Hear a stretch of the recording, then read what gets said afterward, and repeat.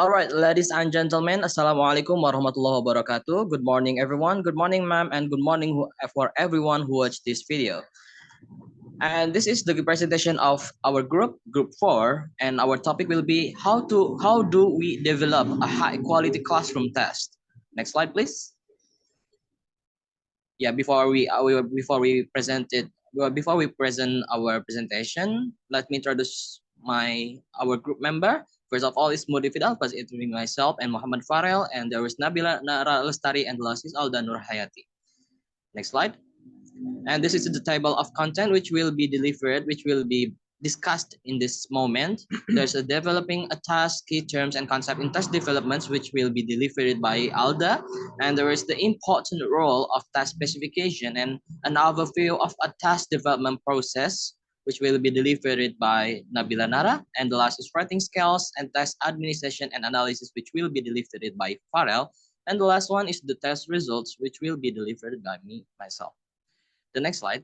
Yeah, let's move to the first. It is developing a task, which will be delivered by Alda Nur Hayati. The time is yours, please. All right, thank you so much, Sumurdis, for giving me time. So in here, I will explain about developing a task. So uh, there are three key steps in developing a task. The first one is measure what we intend to measure. Dengan kata lain, pengukuran secara akurat mencerminkan variabel atau karakteristik yang diinginkan tanpa menimbulkan bias atau disortasi yang tidak diinginkan. Misalnya, jika kita memiliki tes yang dirancang untuk mengukur pemahaman siswa terhadap mata pelajaran tertentu, pernyataan tersebut menyatakan bahwa tes tersebut berhasil jika tes tersebut secara akurat mengukur pemahaman siswa terhadap mata pelajaran tersebut tanpa secara tidak sengaja menilai faktor-faktor lain yang tidak terkait. Yang kedua, or the second one is adequately represent or samples the outcomes, content, skills, abilities, or knowledge we are measuring. Jadi, maksudnya, si tes ini cukup mewakili atau mengambil contoh hasil, konten, keterampilan, kemampuan, atau pengetahuan yang sedang diukur. Juga pentingnya menyelaraskan konten dan struktur tes dengan hasil yang diharapkan, memastikan bahwa tes tersebut memberikan representasi komprehensif yang akurat tentang apa yang diukur. And the third one is elicit information that is useful in informing our teaching and in supporting the learning for our student. Maksudnya, tes ini tuh menghasilkan informasi yang berguna dalam menginformasikan pengajaran yang sedang diajarkan dan juga mendukung pembelajaran siswa. Tujuan tes tidak semata-mata untuk mengevaluasi siswa, tetapi juga memberikan informasi tentang apa yang telah mereka pelajari dan juga sampai mana, dan juga untuk mengembangkan cara mengajar kita. Next slide, please.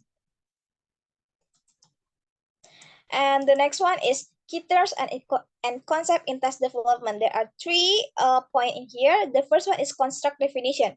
Construct definition is process of defining what it is teacher intend to measure. Most typically, a construct is informed by theory or empirical research. It may be mentioned in a curriculum document that outlines the learning objective, or it may be specified by the course or set learning objective. Misalnya, jika kita mengajar bahasa Inggris kepada sekelompok pelajar dewasa yang sedang belajar agar lulus tes kemahiran yang berisiko tinggi dan memasuki program universitas, maka kemampuan yang diukurnya itu tes yang diukur itu tentang keterampilan berbahasa yang akan menentukan apakah siswa tersebut memiliki kemampuan berbahasa Inggris yang memadai untuk mendaftar program akademik universitas. And the next one is target language use or TLU domain. Teacher will use domain reference assessment, also known as language assessment or specified objective, to limit our test to a particular context according to Douglas in 2000. Jadi, jika tes kemahiran dikembangkan untuk mengukur kemampuan bahasa yang dibutuhkan mahasiswa sarjana untuk memenuhi tuntutan program teknik tahun pertama, semua kriteria yang akan mengacu pada domain, dalam hal ini domain penggunaan bahasa target, domain yang diminta adalah rekayasa tahun pertama. Misalnya, jika kita menggunakan puisi untuk menguji pemahaman bacaan, kita tidak mungkin meminta peserta tes untuk mengikuti instruksi dari tugas atau menafsirkan grafik. Jadi maksudnya ini dalam sebuah tes itu kata-kata yang akan digunakannya itu pasti merujuk kepada tes yang sedang dilakukan tersebut. Jadi tidak mungkin akan berbeda berbeda apa teh berbeda aspek yang berbeda kata aspek yang akan digunakan. And next slide please. And the last point is criterion and norm reference assessment. So norm reference assessment is a test for assessment method that compares a student performance to other student, while criterion reference assessment to this is assessment is to describe what student known and can do. Jadi contohnya itu kalau misalkan norm reference assessment itu jadi si tesnya ini digunakan sebagai cara untuk mengetahui tentang derajat kemampuan siswa. Jadi beberapa kelompok siswa yang sudah mampu dan beberapa kelompok siswa yang belum mampu terhadap mata pelajaran sedang dilakukan. Sedangkan criterion reference assessment itu tentang keahlian apa sih si siswa itu yang akan dicapai, itu misalnya keahlian membaca.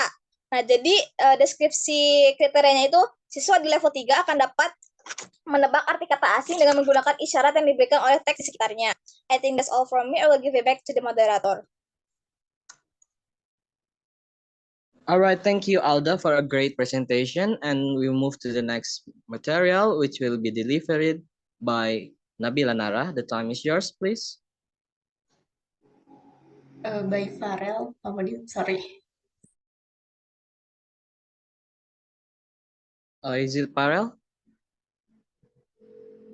Okay, I'm sorry, there is a swap rule in here, so this material will be delivered by Farel. Raka Arkana, the time is yours, please.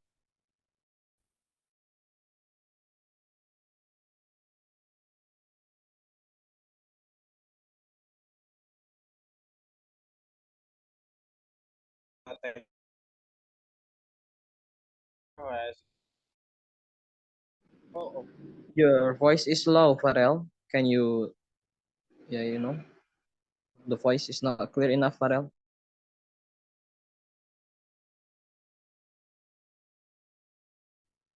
Wait.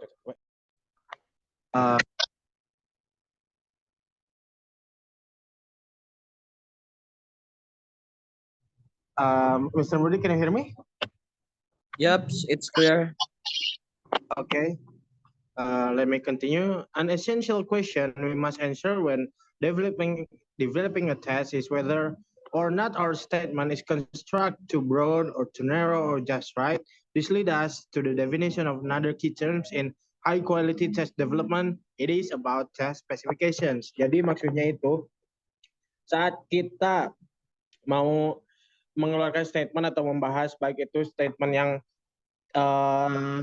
terkonstruksi sangat dangkal atau masih sederhana yang merupakan dijadikan acuan untuk sebuah tes development, itu juga menuntun kita ke salah satu poin penting yang ada dalam tes development, yaitu test specifications.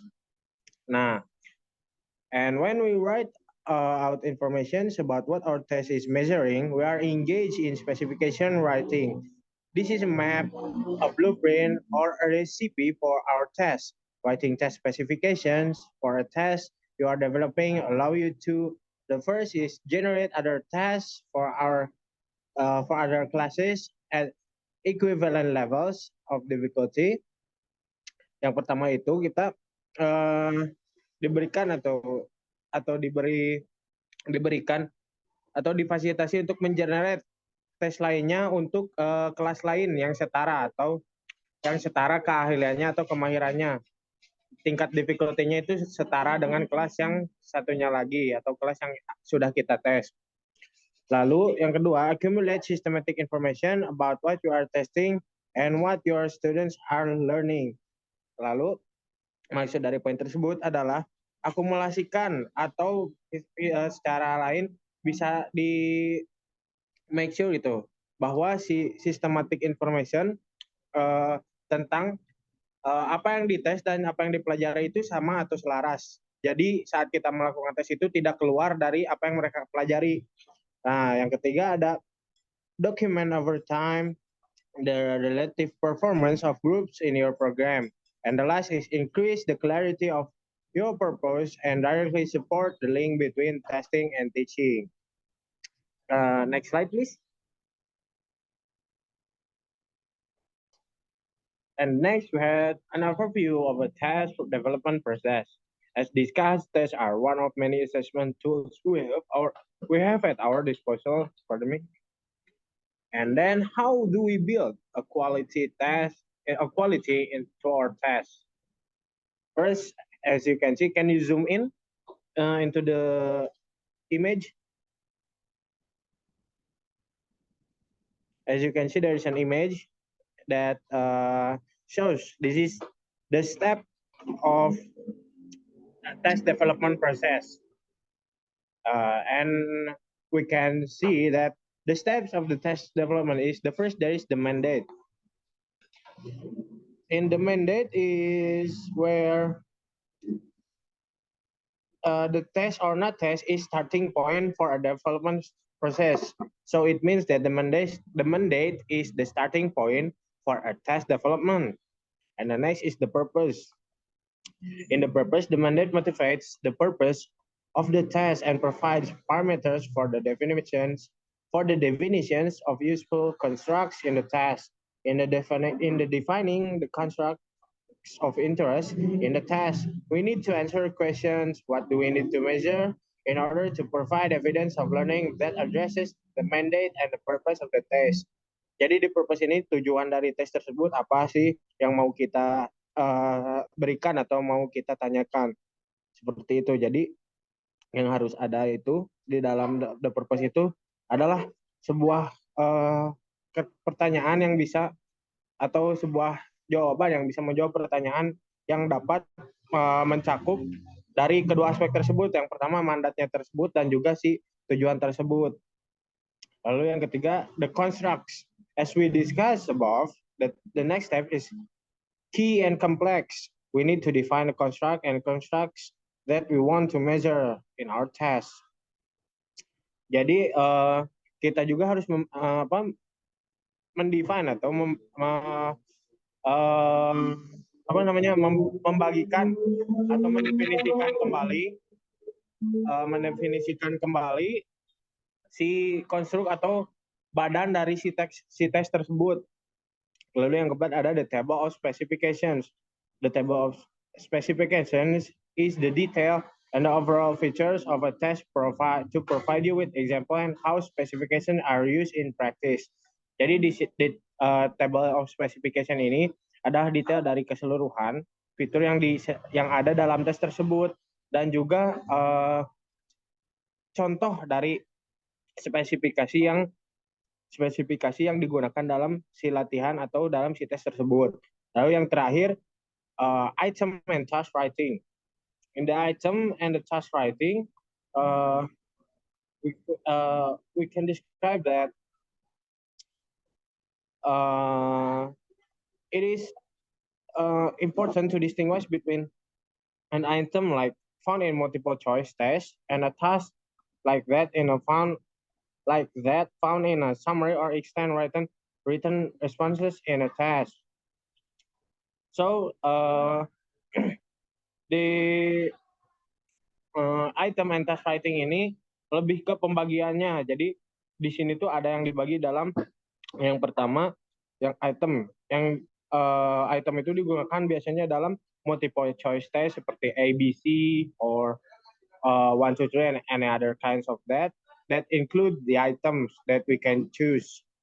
So, and the task writing always found in the summary or extend. Jadi si tes tersebut dibagi dua. Yang pertama ada yang item itu untuk pilihan ganda dan sebagainya. Lalu yang task writing itu dalam konteks summary dan lainnya.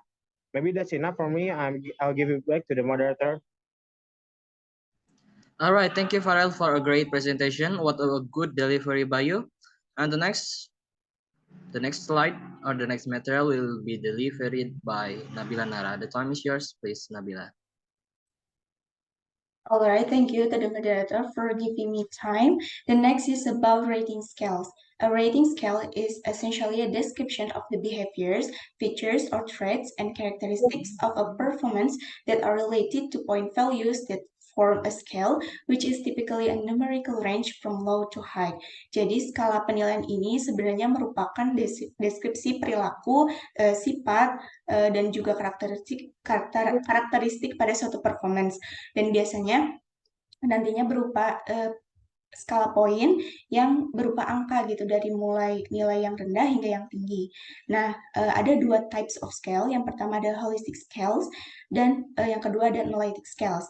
Holistic scales rely on the general overall impression of a writer. Jadi holistic scale ini merupakan kesan atau impression si penilai atau kita sebagai guru dalam menilai suatu performance.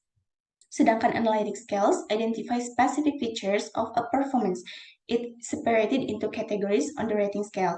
Nah, analytic scale ini berbeda dengan holistic yang dimana pada analytic scale ini mengidentifikasi specific features-nya, yaitu spesifik penilaiannya gitu. Jadi dibagi ke dalam beberapa kategori. Untuk yang pertama, contoh holistic scale ada about summary writing, yang dimana kalian bisa lihat ada points dan description-nya. Jadi points-nya itu terstruktur dari mulai yang rendah yaitu 0 hingga 20 points beserta description-nya. Jadi ini merupakan penilaian yang berupa kesan atau impression dari si penilai secara keseluruhan tanpa ada menilai suatu kategori atau kategori atau penilaian yang spesifik gitu, tidak seperti analytic scale. Yang dimana ini contoh analytic scale masih sama tentang summary writing, dan di sini seperti yang kalian lihat ada beberapa kategori, dan dimana kebetulan di sini hanya ada dua kategori, yaitu mengenai meaningfulness of content-nya dan juga accuracy of expression-nya. Dan kalian juga bisa lihat ada poinnya, skala poinnya, tapi di sini ratingnya itu ada dari 1 sampai 2 poin untuk per deskripsinya. Di sini totalnya ada 10 poin, sama dari mulai yang rendah hingga yang tinggi ada 0 poin, yaitu jika di dalam meaningfulness of content-nya itu no attempt or very limited attempt. Sedangkan untuk 9 to 10 poin, jika di dalam meaningfulness of content-nya itu it meets or exceeds the task requirements-nya itu sesuai gitu. Sedangkan untuk accuracy-nya akan mendapatkan 0 poin jika too little to judge, dan akan mendapatkan 9 to 10 poin if somewhat limited or challenge attempt. Jadi still fully and easily comprehensible. Dan itu ada description dan juga ada skala poinnya. Next is about test administration and analysis. Testing the test before it is administered in a live test-taking situation is a very important step because it will reveal issues with the test that were not evident at the planning and writing stage. Jadi testing ini juga nantinya akan membantu para penilai atau kita sebagai guru untuk mengevaluasi peningkatan level proficiency, knowledge, and ability pada suatu performance gitu, dan nantinya akan menghasilkan evaluasi lulus atau gagalnya students dalam pembelajaran. Nah, nantinya juga hal-hal tersebut akan menjadikan acuan untuk menunjukkan nilai dalam berbentuk poin yang tadi disebutkan, yaitu berbentuk skala gitu. Nah, di dalam in collecting the evidence, we can yang pertama provide a comment box or questionnaires. Comment box ini bisa dicantumkan di dalam multiple choice test biasanya, dan itu berisi reflektif dari students-nya gitu setelah mereka mengerjakan tes tersebut, ataupun kuesioner yang biasa para guru lakukan kepada muridnya. Yang kedua, use the overall test scores to analyze item difficulty, bagian tersulitnya, dan juga item discrimination, yaitu antara perbandingan antara students with high performance and low performance. Nah, ini contohnya item analysis. Nah, kalian bisa lihat ini tabelnya, dan di sana merupakan multiple choice test. Ada 15 students yang mengerjakan dengan 10 soal. Dan di sini ada overall score-nya, kita bisa menganalisis dari situ. Dan untuk review the resultnya, you can by answering all of these following questions. Yang pertama, which item was easiest? Kita bisa lihat item yang paling mudah adalah item 2 karena mereka, all students, get the right answer gitu. Yang kedua, which item was the most difficult? Kita bisa juga lihat di item 5 dan 10. Dari 15 student yang menjawab benar 7, sedangkan yang menjawab salah ada 8. Jadi it is considered as the most difficult item. Yang kemudian, do all of the items discriminate equally well between high performing and low performing students? Tentunya tidak berdiskriminasi dengan baik semua item karena kita bisa lihat di item 7 mana yang menjawab dengan benar, mana yang menjawab dengan salah. Kita bisa lihat students with high performance mereka menjawab dengan rata-rata salah. Kemudian sedangkan students with low performance mereka menjawab dengan benar. Dan itu artinya item tersebut tidak berdiskriminasi dengan baik. Kemudian, which item best discriminates between high and low performing students? Tentunya kita bisa lihat di item 10. Students dengan high performance mereka menjawab dengan benar rata-rata, sedangkan yang low performance mereka menjawab dengan salah. Yang terakhir, which items would you revise or throw out? Before we answer this question, sebaiknya kita bisa mempertimbangkan hal-hal lain. Dan juga yang pertama adalah kita bisa menghitung poin per itemnya dulu, poin kesulitannya. Kita bisa dihitung, dan setelah saya hitung, yang paling sulit adalah memang item 5 dan 10. Setelah itu, kita bisa mempertimbangkan hal lain atau faktor dari yang pembuat tesnya. Jadi nanti kalian bisa menentukan apakah harus di-revise atau dihapus. Mungkin sekian yang saya dapat sampaikan. Terima kasih. Saya kembalikan kepada moderator. All right, thank you, Nabila, for a great presentation. What a good delivery by you. And the next material is test result, which will be delivered by me myself. The first of all, the test result, perfect discrimination in test. It's rare for a test item to perfectly separate high scoring students from lowering ones. In norm reference test, this is the goal, but in the classroom, we usually want to understand what our students know. Yeah, because when we do assessment as a summative assessment, or maybe you can say it is an exam. We want to know there is a high discriminate point in there. But when we do it in the classroom, usually mainly in the classroom, actually we want to understand what our students know. Jadi kita hanya ingin mengetes sampai sejauh mana pemahaman murid-murid kita gitu loh. And the number 2 is the identifying weak areas. If a test item clearly distinguish between high and low achievers, it help us identify where to focus our teaching to support the lower performing students. Jadi dengan adanya assessment, seharusnya dengan adanya assessment itu kita bisa mengetahui, oh misalkan tadi contohnya yang nomor 10 itu susah banget Bang. Nah, berarti kalau kayak gitu kita harus memfokuskan dan nanti pada saat evaluasi pembelajaran kita harus benar-benar memfokuskan mengimprove cara kita mengajar materi yang diuji cobakan di nomor 10. Seperti itu teman-teman. The next slide. Yep, evaluating test item, yes, it is most. Jadi ini wajib ya, evaluating test item itu wajib dalam assessment. You can often tell which students did well and which didn't just by looking at test item result. Jadi tadi juga sudah dicontohkan bagaimana test item result itu seperti apa yang sudah dijelaskan oleh Nabila Nara. This can be useful in understanding how the item affects overall scores. Dan ini juga bisa efeknya itu jadi kita tahu gitu loh. Ini mana which one is the easiest, which one is the hardest, dan how the students respond on that question, on that item. And the fourth, history of language testing. Kita agak sedikit look back to the past. In the past, language testing mainly used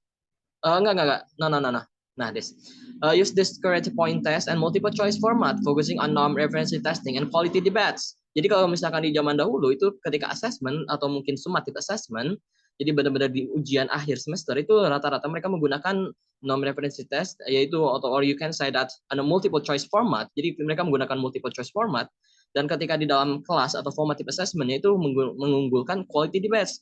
Jadi diskusi yang benar-benar bagus gitu. Kalau misalkan diskusinya, oh si ini udah benar-benar memahami tentang materi ini, oh it's good enough, then you deliver well the material in your class. And for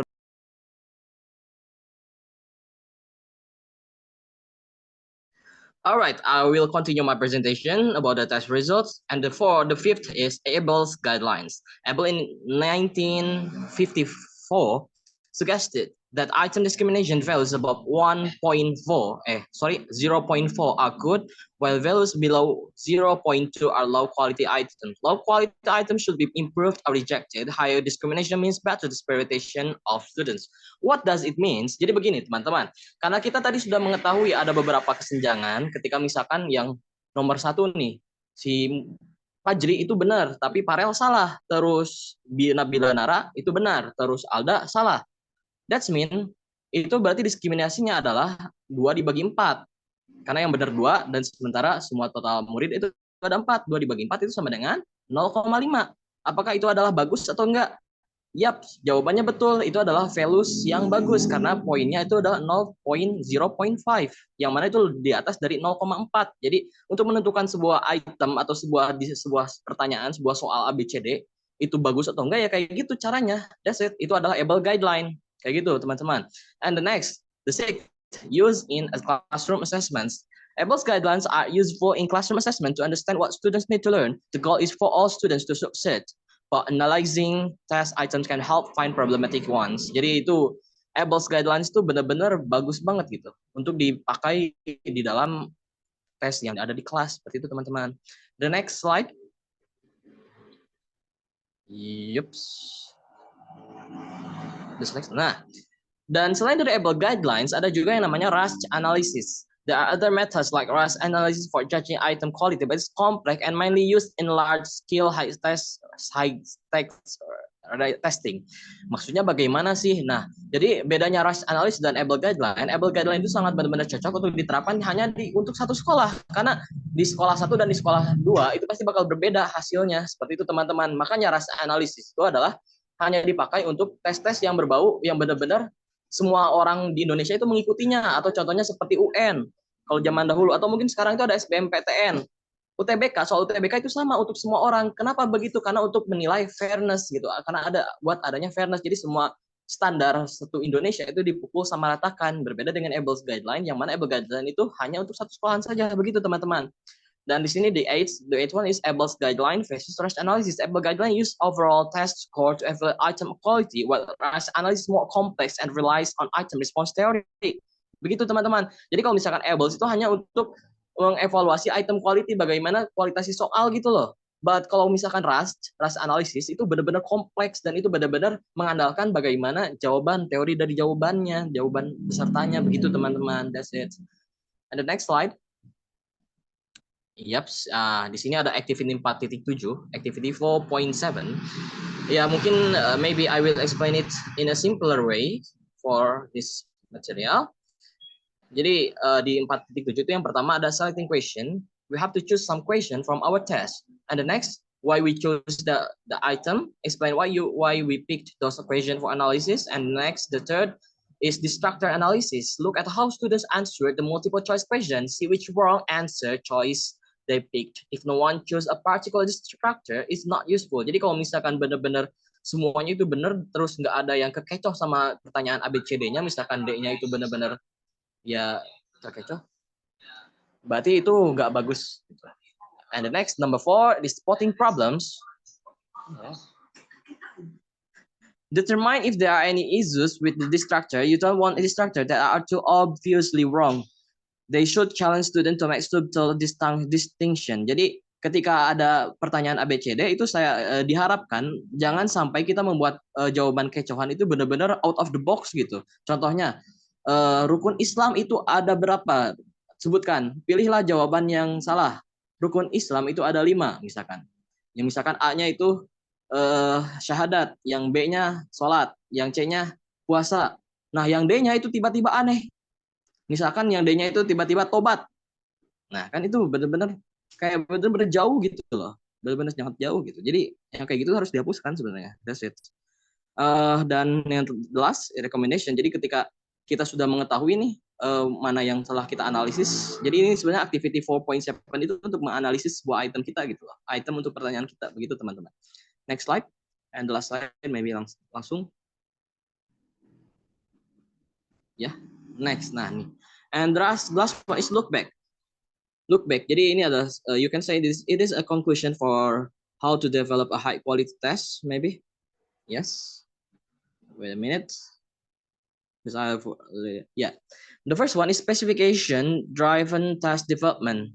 Whether you are a teacher creating a task for your classroom or a part of team making for a test for a program, focusing on clear specification will make your test more meaningful, useful, and fair. Jadi kita itu meskipun mau kita itu guru ataupun siapapun itu, kalau misalkan kita ingin membuat tes, pastikan tes kita itu benar-benar untuk mengevaluasi or untuk menilai gitu, menilai bagaimana program dan juga fokus tujuan objektif kita itu untuk pembelajaran itu seperti apa, sehingga nanti tes yang dihasilkan itu benar-benar bermanfaat, meaningful, useful, and fair. Jadi ya seperti itu, gak adanya drawback seperti itu. Jadi drawback yang dihasilkan washback yang dihasilkan itu nantinya adalah positif washback, di mana kita bisa menganalisa bagian mana yang masih kurang dan bagian mana yang benar-benar sudah mantap seperti itu teman-teman. And the second one, analyzing test performance. It is important to analyze how your test is working. Check who is answering question correctly, the overall difficulty of the test item, and in the case of multiple choice question, how students are responding to each answer choice. This help ensure your test measure what is supposed to value. Jadi kita harus menganalisa tes untuk mendevelop high quality test, itu kita juga harus menganalisa gitu, analisa dari tes performance, bagaimana performan si para murid-murid dalam menjawab soal-soal kita, tes yang telah kita berikan, sehingga nanti ketika the next time we make a test itu benar-benar hasil dari apa yang telah kita evaluasikan gitu, apa yang telah kita refleksikan begitu. And the third, tests are one form of assessment. They are just one way to assess students. Jadi ingat ya, karena di dalam kalau misalkan teman-teman masih ingat, jadi ada lingkaran besar tuh, ada belajar atau ya studying. Jadi dalam pembelajaran itu ada yang namanya assessment, dan di dalam lingkaran assessment itu ada yang namanya tes. Jadi sehingga tes itu hanyalah salah satu dari cara untuk assessment. Begitu teman-teman. As discussed in chapter 3, di chapter 3. They provide a snapshot of students' knowledge and abilities. They should be used alongside other assessment like portfolios, which gather evidence on students' developments over time. Jadi dan ini juga sudah dibahas sebenarnya di bab 3, itu adalah portfolio assessment gitu. Dan itu adalah salah satu cara untuk mengimbangi gitu, selain daripada tes yang telah kita gunakan, kita juga harus menggunakan portfolio assessment untuk mengimbangkan dan sehingga pembelajaran yang kita hasilkan itu benar-benar efektif, dan juga kita bisa belajar dan bagaimana si siswa itu sampai mana gitu pemahamannya. And the last one is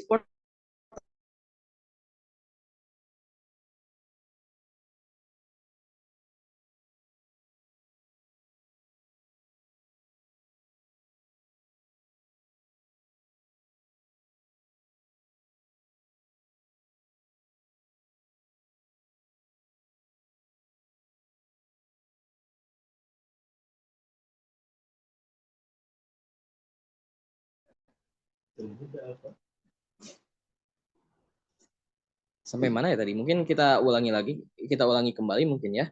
Sehingga ketika kita sudah mengetahui nih portfolio assessment, jadi si murid itu benar-benar nulis apa yang telah mereka pelajari, apa yang mereka pahami, dan apa yang tidak mereka pahami.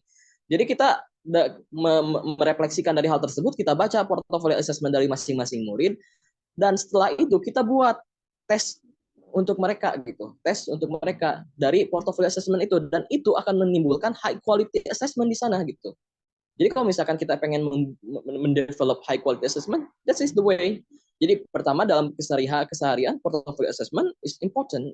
Jadi mereka menulis untuk refleksi mereka gitu. Lalu selanjutnya, barulah setelah portfolio assessment kita baca and then we make the test, the item test, and after the word, dan setelah itu maka high quality test itu akan tercipta. Bagi itu teman-teman.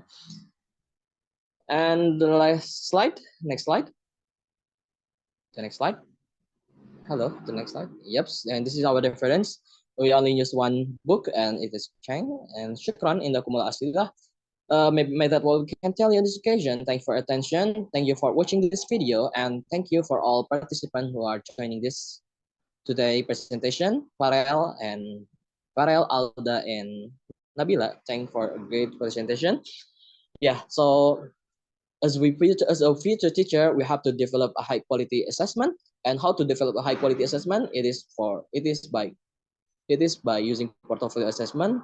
And aside that, we use a test analysis and we analysis that test. So with a good assessment, with a high quality assessment, a high quality of education will result.